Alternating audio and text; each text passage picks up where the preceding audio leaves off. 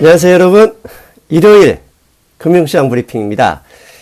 오늘은요 인터뷰 토마스류 선생님의 인터뷰로만 꾸몄습니다. 그 이유는 제 영상을 편집해 주시는 분이 중국에 출장 가셨습니다. 그런데 금요일 원래 목요일에 올라갈 영상도 금요일에 올라갔는데 20분짜리 영상을 업로드 하는데 5시간이 걸렸답니다. 그래서 되도록 30분을 넘기면 절대 안 된다 말씀하셔서 인터뷰로만 꾸몄는데 인터뷰 내용 자체가 상당히 중요합니다.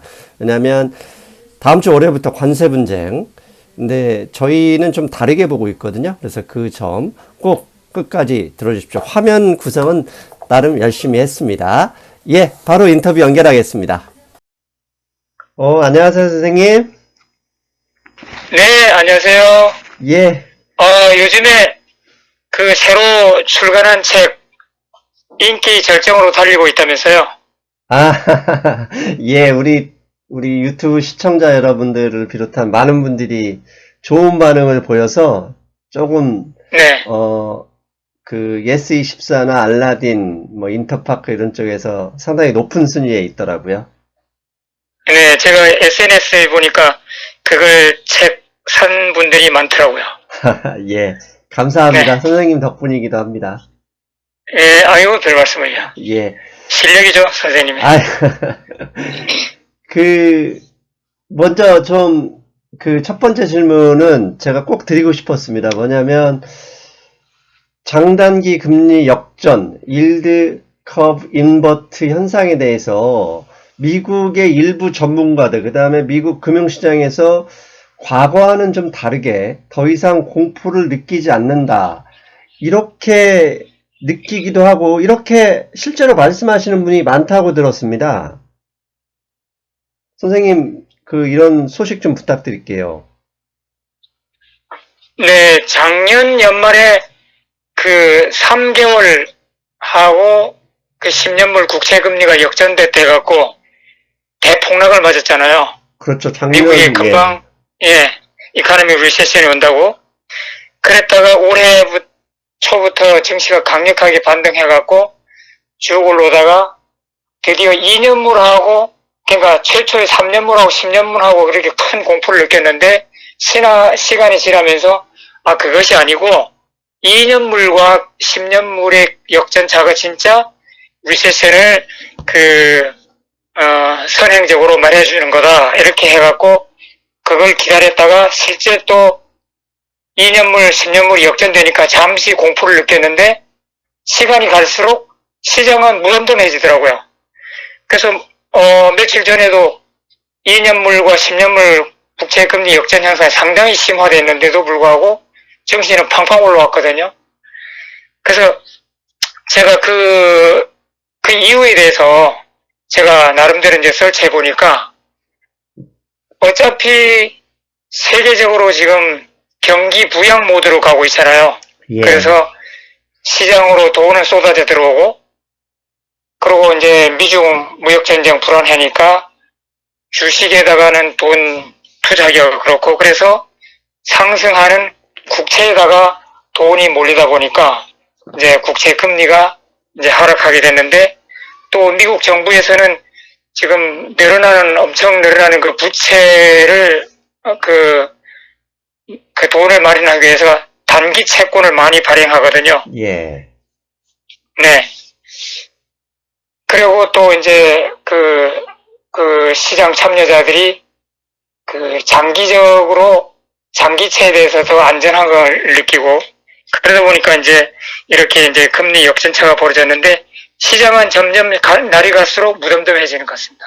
그래서 일본도 그렇고 유럽도 그렇고 금리 역전 옛날에 되는데도 불구하고 거기 증시 안 무너지고 있거든요. 그래서 이런 걸 볼 때 또 현재 자금 일어나고 있는 미국의 부채 증가라든가 세계적 경기 부양 모드 이런 게 겹쳐져 갖고 이제 더 이상은 공포를 안 느끼는 것 같습니다.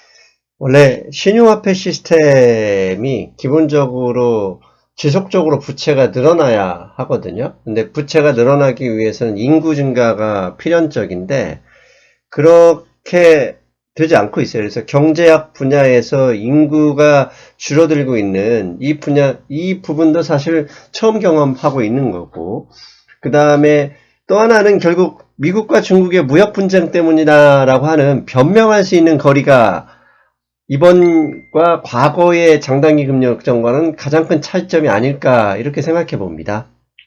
그렇죠. 네. 바로 그 점입니다. 예. 지금 금리가 충분히 낮아졌기 때문에 더 이상 뭐 역전에 대해서 큰 의미를 부여할 필요는 없을 것 같습니다. 예.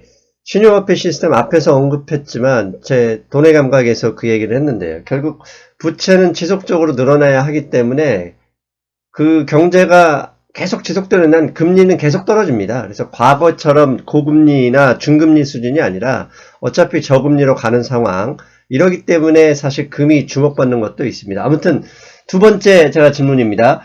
트럼프 대통령이 이번 중국과의 무역 분쟁에서 우리 뭐 방송에서는 이미 한 달 전부터 그런 말씀을 계속 드렸었죠.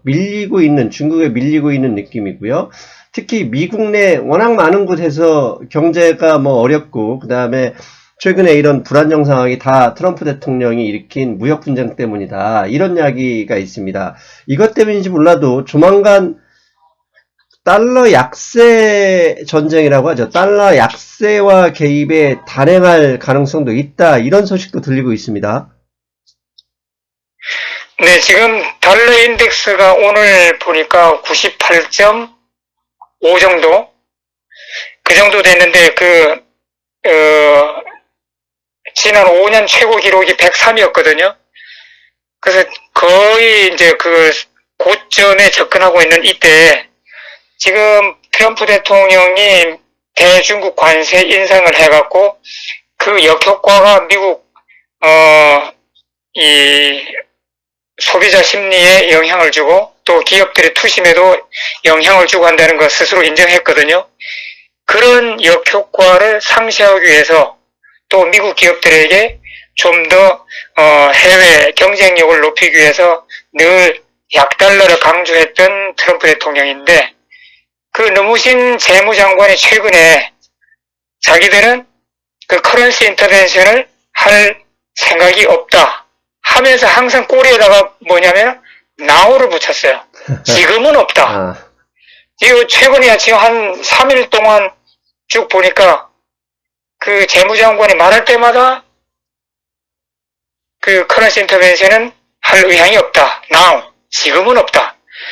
그래서 최근에 그 트럼프 대통령이 그 미국의 많은 기업들로 이제 비난을 받아오고 이제 경제 하강 또 자기의 재산에도 이제 먹구름 미끼고, 그래서 어떻게 하든지 달러 약세를 추진할 것 같은데, 이 달러가 최근에 지금 아주 초강세를 띠고 있거든요. 제가 볼 때는 인덱스가 100을 넘어가면은 뭔가 쇼크한 그 정책이 나오지 않을까, 저는 그렇게 바라보고 있습니다. 예.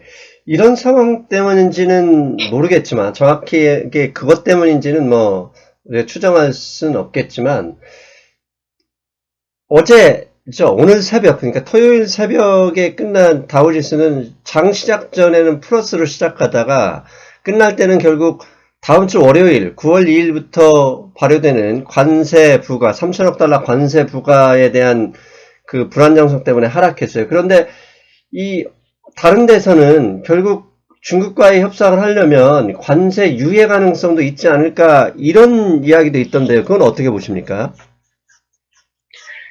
네, 그 트럼프 대통령이 중국에 대해서 아주 빡세게 나갔는데, 중국이 결국은 며칠 전에 자기들은 그 보복 관세를 안 매기겠다 이렇게 한 발 물러섰잖아요. 예. 그래서 미국에게 화해 제스처를 썼는데, 그것만 해도 충분한 명분이 되고, 트럼프 대통령이 그 예고한 대로 9월 1일부터 추가 관세를 강행을 하면은 결국은 미국 그 경제에도 큰 부담이 돼 돌아오거든요. 그래서 중국에서 어느 정도의 명분을 세워주고 트럼프 대통령의 그 체면을 세워줬기 때문에 그 9월 1일 이전에, 직전에 관세 유예 이런 게 나오지 않을까. 그래서 오늘 시장의 그 반응은 이게 관세 유예가 될까 안 안 될까? 안 된다 그러면 미국 시장이 악재잖아요. 예. 그래서 그런 데 대한 불안에서 아침에 빡 올라왔던 증시가 오후 들어서 거의 제로로 끝난 게 아닌가. 저는 그렇게 보고 있습니다. 만약에 관세 유예가 안 되고 그냥 9월 2일부터 3천억 달러 제품에 그 관세를 부과한다면 사실 거의 대부분이 소비자 제품입니다. 신발, 장난감 등등. 이렇게 될 경우에 사실 가장 타격을 받을 것은 월마트 등의 이런 리테일 업체인데 이런 업체들의 대책은 따로 가지고 있는 게 있을까요? 제가 CNBC에서 봤는데, 월마트, 베스트바이, 홈디포, 이런 기업들이 이제 미국의 대표적인 리테일 체인점이거든요. 근데 이런 기업들이 트럼프 대통령의 관세 인상, 관세 강행, 이것이 하루아침에 끝날 것 같지 않고 이러니까, 중국에서 공장을 중국 밖으로 옮기는 거, 그런 대책도 지금 시행하고 있고, 추진하고 있고, 또 한편으로는 12월 크리스마스 시즌에 들어와야 할 전에 이제 들어와야 할 상품들이 올해는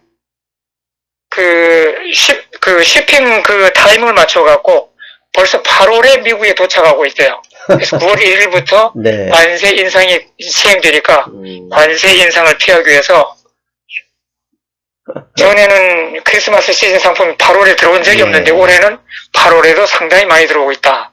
이제 이런 기사를 봤습니다. 스스로 이런 환경에 적응하는 거네. 인간도 어차피 적응하는 동물이니까요. 그리고 또 상황이 이렇기 때문일지도 또 모르겠지만 트럼프 대통령이 연준을 과도하게 비난하고 있는데 이렇게 비난이 개입이다. 이거 하면 안 된다. 그러면서 지금 상당히 미국 내에서도 논쟁이라고 하는데요. 이게 구체적으로 어떤 내용입니까? 지금 경제 면에서는 지금 가장 뜨거운 논쟁이 지금 이거거든요. 그 불을 지른 사람은 누구냐면은 전 뉴욕 연방은행 총재 더들리라고 하는 분이 월스트리트 저널인가요? 뉴욕타임스가 제가 자세히 기억이 안 나는데 거기 사설란에다가 뭐라고 썼냐면은 즉 한마디로 이거예요. 페드가 언제까지 트럼프의 위협, 불확실성 이런데 장단을 맞춰야 하느냐? 이제는 거기서 해방이 되라. 그리고 그게 안 되면은 차라리 트럼프의 낙선을 위해서 인터레스트 커팅을 거부해라. 이렇게 사설을 썼어요. 그래서 트럼프 대통령이 지금까지 보면은 연준이 미우면은 중국을 한 방 때리고 거기에 불확실성을 만들어갖고 연준으로 하여금 강제적으로 어쩔 수 없이 기준금리를 인하할 수밖에 없는 상황으로 지금 몰아갔거든요. 그러면서 공개적으로 인격적으로 상당히 모욕적인 그런 이제 페드 의장에게 말이도 하고 그래서 이 더들리 전 총재가 이렇게 이제 사설에다 쓰니까 그걸 맞받아친 분이 또 누구냐면은 클린턴 행정부 당시에 재무장관 했던 서머스 그분이 지금도 지금 월드뱅크에서 경제학자로서 활동하고 있죠. 이분이 뭐냐면은 비판에 또 사설을 썼어요. 비판 논조가 뭐냐면은 이게 무슨 소리냐. 연준은 오로지 경제 하나만 봐야지. 트럼프 대통령이 밉다 해갖고 기준금리 인하도 거부하고 정치에 뛰어들려고는 거냐. 트럼프 대통령이 아무리 미워도 행정부가 만든 불확실성, 그 위험이 경제에 악영향을 미친다 그러면은 페드는 경제 하나만 보고 거기에 유연하게 대처해야 된다. 이렇게 또 맞받아쳤죠. 그래서 이것이 월가에서는 지금 찬반으로 완전 나뉘어 갔고요. 연준이 언제까지 트럼프 대통령의 이 무모한 이 정치 노름에 도구가 되어 드느냐. 이런 이제 논쟁이 뜨겁습니다. 이게 계속 이어지면 9월 17일, 18일에 예정되어 있는 FOMC에서도 영향을 받을 수 있는 가능성도 있을까요? 그렇죠. 이미 지난번 잭슨홀에서 연준 의장이 말 중에 이 무역 전쟁, 무역 갈등으로 인해서 페드가 뭔가를 교본으로 삼을 수 있는 게 없다. 지금 역사적으로. 지금 어떻게 해야 될지 모르겠다. 이렇게 완전히 실토를 했거든요. 그래서 분명히 페드 입장에서는 트럼프 대통령이 의도적으로 불확실성을 만들고 있는데 이것을 따라가자니 계속 트럼프 대통령은 계속 이자 진짜 1% 낮출 때까지 계속 몰아칠 거고 그렇게 하면 연준은 실탄이 떨어지고 지금 연준이 지금 상당히 곤란한 지금 처지에 있거든요. 그래서 제가 볼 때는 지난번 연준 미링보다도 이번 9월 연준 미링의 결정이 진짜 연준으로 하여금 살얼음을 기이하는 어려운 결정이 나올 것 같습니다. 예. 결국 무역 분쟁이 좀 협상이 잘 돼서 안정적인 분위기로 가면 연준의 입장에서는 굳이 금리를 인하하지 않아도 될 수 있다. 이런 말씀인 거잖아요. 그렇죠. 예. 지금 현재 경제 하나만 보면은 금리 인하할 필요가 없는데 대중국 무역 갈등 또 트럼프 행정부에서 재정 확대로 인한 부채 증가 이런 것이 연준에게 상당히 부담되죠. 예, 알겠습니다. 이제 기업 얘기 잠깐 하면 미국의 S&P 500 평균 배당 수익률이 2%인데 30년 채권금리, 30년 만기 미국의 채권금리가 1.963입니다. 이것도 지금 수익률과 금리의 역전현상이 벌어졌어요. 이런 것은 결국 10년짜리도 아니고 30년짜리 채권에 투자할 바에야 미국의 괜찮은 배당 기업들의 주식 투자하는 게 낫다라는 심리적 영향을 줄 수도 있을 것 같은데요. 이건 어떻게 보십니까? 네, 그렇죠. 최근에 국채금리의 가파른 하락과 또 이제 장단기 금리 역전 현상에도 불구하고 증시가 선방할 수 있었던 것은 제가 볼 때는 바로 이 점 같습니다. 배당 수익률 2%가 경제 사이클에 대해서 항상 고정되게 나온 건 아니지만은, 물론 경제 리세션 들어가면은 배당률도 줄어들겠죠. 그렇지만은 현재로서는 또 진짜 최대로 올라갈 대로 올라간 채권보다는 증시 배당 수익이 나는 주식에다가 투자하는 것이 더 안전할 것 같다는 것 때문에 지난 8월 달에 갖은 악재도 불구하고 증시가 상당히 선방했다고 저는 보고 있습니다. 예, 실제로 미국 역사상에서 30년 만기 이 채권금리보다 배당 수익률이 높았던 이 수익률과 채권금리 역전현상이 앞에서 2번 있었습니다. 근데 2번이 발생한 이후 상당 기간 동안 주식시장이 불마켓이 이어졌거든요. 이건 제가 화요일 날 특집방송 형태로 준비를 해보고요. 그런데 한편으로는 또 S&P 500 기업의 올해 평균 이익률 성장치가 원래 7.6%로 발표를 했었어요. 근데 지금 상황만 보면 이게 2.3% 정도밖에 늘어날 것 같지 않다. 이런 수치는 2016년에도 한번 리세션 징후가 있었죠. 그때 이후 3년 만에 최악의 성적표다. 라는 얘기가 있는데 이것도 또한 트럼프의 비난 재료로 써먹히고 있다는 얘기가 있던데요. 그렇죠. 월가에서는 무역 갈등으로 인해서 기업들의 이윤 성장이 멈췄다고 이제 트럼프 대통령이 비난하고 있고, 또 오늘에 제가 보니까 이번 3분기 EPS라고 그러죠. EPS 성장 잠정치가 마이너스 3%더라고요. 작년 동기에 비해서 마이너스 3%고 4분기에는 4 내지 5%의 EPS 성장, 지금 바라보고 있는데, 결국은 그 주식이, 조금 전에도 말씀드렸던 그 국채금리보다도 그 배당률이 높아서 주식에 좀 페이버가 가긴 하지만은 결국 증시에는 그 EPS를 보고 따라가는 거거든요. 예. 기업 이윤을 따라가는 건데, 이번 3분기에 마이너스 3%에 머문다 그러면은 또 9월 달이 역사적으로 가장 그 주식 그 성적이 안 좋았던 달이거든요. 그래서 저는 9월 달을 조금 비관적으로 바라보거든요.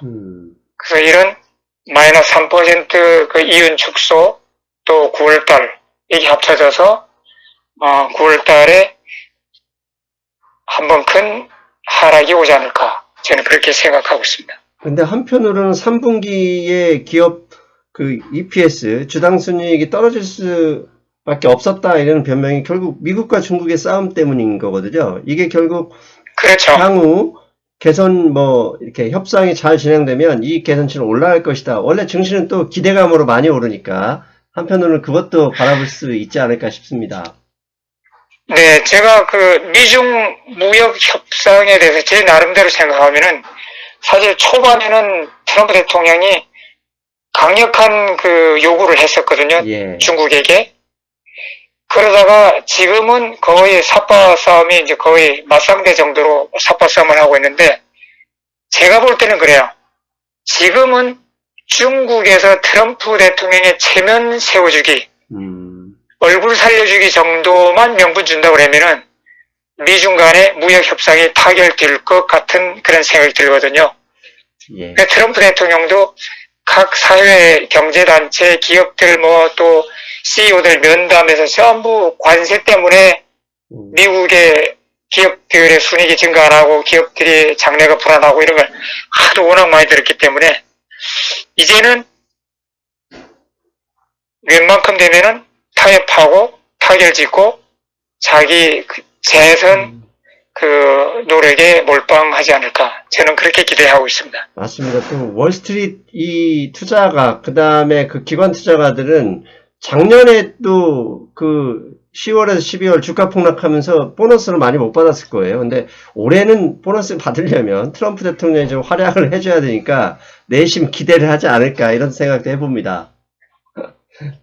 그리고 마지막으로 네네. 질문을 드리겠습니다. S&P 500 지수가 사실 우리 방송에서는 선생님께서도 200일선 밑으로 하락할 수도 있다. 즉 2770, 2800을 깰 수도 있다라는 의견을 계속 주면서 조정 이야기를 했는데, 지난주, 이번 주만 보면은 사실 지금 200일선이 아니라 50일선 위로 올라갈 그 모양새를 갖추고 있어요. 그렇다면은 이번 주에는 사실 앞에서 예상했지만 관세 유예가 된다. 그럴 가능성이 높아지는 순간 51선 위로도 올라갈 수 있지 않을까 하는 생각도 해보는데, 이번 주 시장 분위기, 시장 전망 마지막으로 부탁드리겠습니다. 네, 지난번 그 S&P 500 인덱스가 3030 그 최고점을 찍은 이후 급락을 해갖고 2820까지 밀렸다가 그 다음 2940까지 올라갔다가 다시 2820, 지금 2820이 바닥이고 2940이 꼭대기고 해서 완전히 박스권 안에서 계속 업앤다운을 하거든요. 예. 지금 3번인가 4번째 지금 업앤다운을 했어요. 근데 오늘의 아침에 2941까지 갔다가 이내 주르륵 미끄러져 갖고 2925인가요? 그 정도에서 끝났거든요. 그래서 제가 볼 때는 아까도 말씀드린 대로 3분기 EPS 마이너스 3% 예상치, 그 다음 9월, 이런 게 겹쳐서 하방으로 뚫지 않을까. 2820 그 아래로 뚫어서, 목표치인 2750 정도 부근에까지 하락하지 않을까. 그렇게 보고 있는데, 만일에 중국과 미국이 그 안에 무역 협상을 타결 짓는다 그러면은 이거 차트가 필요 없죠. 그냥 상승으로 치솟을 수 있죠. 그러면 결국 이렇게 결론 내면 되겠네요. 무역협상의 타결 가능성의 기대감이냐, EPS 하락에 대한 현실에 대한 우려감이냐, 결국 둘 중에 어떤 것이 강하느냐에 따라서 지수 상승이냐 하락이냐가 결정되겠다. 이렇게 보면 되겠습니다. 그렇죠. 지금 전 세계적으로 증시를 짓누르고 있는 거는 결국 미중 무역 갈등이거든요. 예. 이것이 만일 해결된다 그러면은 뭐 이머징 마켓도 그렇고 미국도 그렇고 전 세계적으로 강한 상승을 불러올 수 있다고 저는 보고 있습니다. 예, 최근에 제가 지난주 방송에서 그런 말씀 드렸잖아요. 중국이 무역협상에 키를 쥐고 있는 느낌인데 중국은 트럼프를 공격하지는 않을 것이다. 왜냐하면 중국이 이익 보는 입장에서 굳이 미국을 열받게 할 이유는 없거든요. 다만 트럼프가 그렇죠. 강하게 나올 때만 강하게 나갈 것이고 트럼프가 강하게 안 나오면 유화적인 제스처가 나올 가능성이 높다고 보는데 이 분위기가 이어져서 한국 경제에도 어차피 영향을 받을 수 있기 때문에 좀 좋게 잘 끝나고 주식시장도 좋고 한국 경제도 수출이 회복되는 그런 상황이 연출됐으면 하는 바람입니다. 그렇죠. 트럼프 대통령이 2020년 자기 재선을 목표로 한다고 그러면은 지금 비수단을 강공으로 물어붙일 게 아니고 적당한 선에서 미중 타결 짓는 것이 트럼프 본인에게나 세계 경제에 도움이 될 거라 저는 그렇게 보고 있습니다. 예, 우리 다음 주 기대하는 한 주 우리 기대해 보겠습니다. 기대하는 한 주가 됐으면 좋겠고요. 선생님 오늘은 여기까지입니다. 네네. 다음 주에 저희들은 그 여기 월요일날 예, 그 한라베라 갖고 쉬고 예, 4일 다음 주간은 4일 장이 열리겠습니다. 알겠습니다. 그러면 저희는 다음 주에 뵙겠습니다. 네, 수고하셨습니다. 안녕히 계십시오. 예, 여러분 인터뷰 잘 들으셨죠? 오늘도 변함없는 원래 금요일 지금 현재 저녁입니다. 제가 원래 토요일 날 낮에 영상을 이렇게 녹화하는데 오늘은 제가 지방 출장이 있어서 토요일 날 새벽에 부탁드렸는데 기꺼이 해주신 토마스 선생님 감사드립니다. 자, 여러분 저는 이제 떠날 시간인데요. 마지막 잠깐 부탁드리겠습니다. 이 책 돈의 감각 주말 토요일 일요일 여러분 서점에 가셔서 아이들과 손잡고 서점에 가시는 분 많잖아요. 서점에 가시면 꼭 돈의 감각 이 사람 알고 있다. 다음에 이 앞에서 좀 인증샷 찍어주셔서 페이스북, 인스타, 카카오 스토리 등 올려주시고요. 안 읽어보신 분들은 사서 구매하셔서 읽어보시면 더 감사하겠습니다. 저는 화요일에 미국의 30년 국채만기 금리대 배당 수익률의 역전 그 부분 다루러 돌아오겠습니다. 여러분 안녕히 계십시오. 안녕.